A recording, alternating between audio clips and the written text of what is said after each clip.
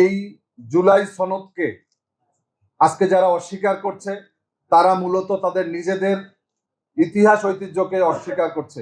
আমরা বিএনপির সাথে 20 বছর আন্দোলন সংগ্রাম করেছি।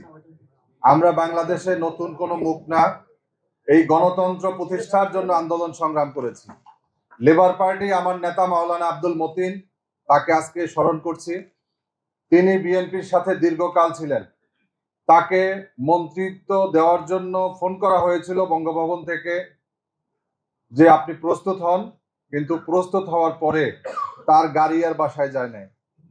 ঠিক একইভাবে আমরা এবারেও দেখেছি যে তারা অর্থের বিনিময়ে তারা নমিনেশন বাণিজ্য করেছে এবং আমরা এই জুলাই আন্দোলন করেছিলাম। আপনাদের মনে আছে যে মামুনুল হক ভাইরা এবং আমাদের জামাত ইসলামী সহ যারা, তারা একদিকে কথা বলতেন আর আমরা আর একদিকে বিএনপির পাশে ছিলাম। কিন্তু তখন আমাদের বিশ্বাস ছিল যে বিএনপি যদি ক্ষমতায় আসে হয়তো বাংলাদেশের তারা তাদের কমিটমেন্ট রক্ষা করবে। কিন্তু যখন বুঝতে পেরেছি যে এই বিএনপি আস্তে আস্তে আওয়ামী লীগ হয়ে যাচ্ছে, 5 তারিখের পরে তাদের মুখ থেকে যেই বাণীগুলো বের হচ্ছে সেগুলো সব আওয়ামী লীগের অমীয় সুধা, যার কারণে আমরা একটা পর্যায়ে বিএনপি থেকে আমরা সরে গেছি। আমরা 11 দলীয় জোটের সাথে, ইসলামীদের সাথে এবং এদেশের যারা গণতন্ত্র এবং বাংলাদেশের স্বাধীনতা সার্বভৌমত্ব যাদের হাতে নিরাপদ, আমরা তাদের হাতে এসেছি। বিকাশ পেমেন্টে 10,000 টাকার বেশি অফার, শপিং চলছে তো। আজকের এই সভা থেকে গভীর শোক প্রকাশ করছি ইরানের সর্বোচ্চ ধর্মীয় নেতা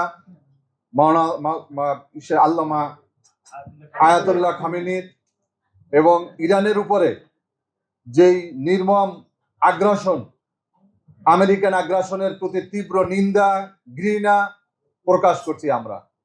সংগ্রামী বন্ধুরা আমার, এই জুলাই সনদকে আজকে যারা অস্বীকার করছে তারা মূলত তাদের নিজেদের ইতিহাস ঐতিহ্যকে অস্বীকার করছে।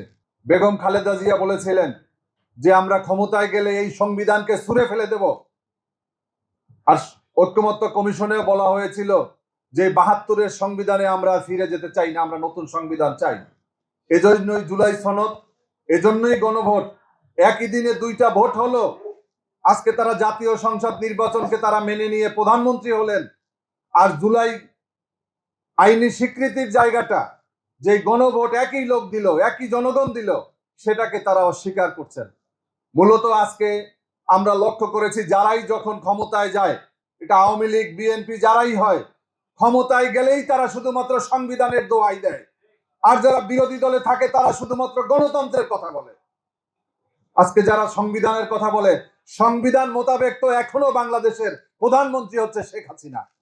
কারণ সংবিধান মোতাবেক নির্বাচন হওয়ার কথা 2029 সালে। এই 26 সালে কিসের নির্বাচন হয়েছে? এই নির্বাচন হয়েছে শেখ হাসিনাকে গণ অভ্যুত্থানের মধ্য দিয়ে সরিয়ে দেওয়ার কারণে এই নির্বাচন হয়েছে, অন্তর্বর্তীকালীন সরকার হয়েছে। আপনারা তো পারেন নাই, আপনারা 20 দলীয় জোট পারেন নাই, 64 দল মিলেও তো হাসিনাকে হটাতে পারেন নাই। এই ছোট ছোট বাচ্চারা, আপনাদের মনে আছে যে রিজভী আহমেদ সেই কেরানীগঞ্জের থেকে বের হওয়ার সময় বলছিলেন ছোট ছোট মাসুম বাচ্চারা যাদের জন্য কষ্ট হয়। তো এখন তো আপনাদের বক্তব্য এরকম হয়েছে কেন? এরকম বক্তব্য এখন দিচ্ছেন কেন? একই চেহারা কয় রকম দেখাবেন জাতিকে? আজকে জাতীয়তাবাদী শক্তিকে আপনারা প্রস্তাবিত করেছেন জনগণের সামনে। আজকে প্রশ্ন যে আপনারা আজকে প্রতারণা করেছেন জাতির সাথে। জুলাই সনদ নিয়ে আজকে যে ছিনিমিনি খেলা বন্ধ করুন, তা না হলে কিন্তু আমরা রাজপথে নামবো। 11 দলীয় ঐক্য, আমরা রাজপথে, আমাদের মীমাংসা হবে। জুলাই বারবার আসে না যারা বলেন, আমরা জুলাইতে করব না, প্রয়োজনে আবার নতুন করে এপ্রিলে করব, আমরা প্রয়োজনে মেতে করব।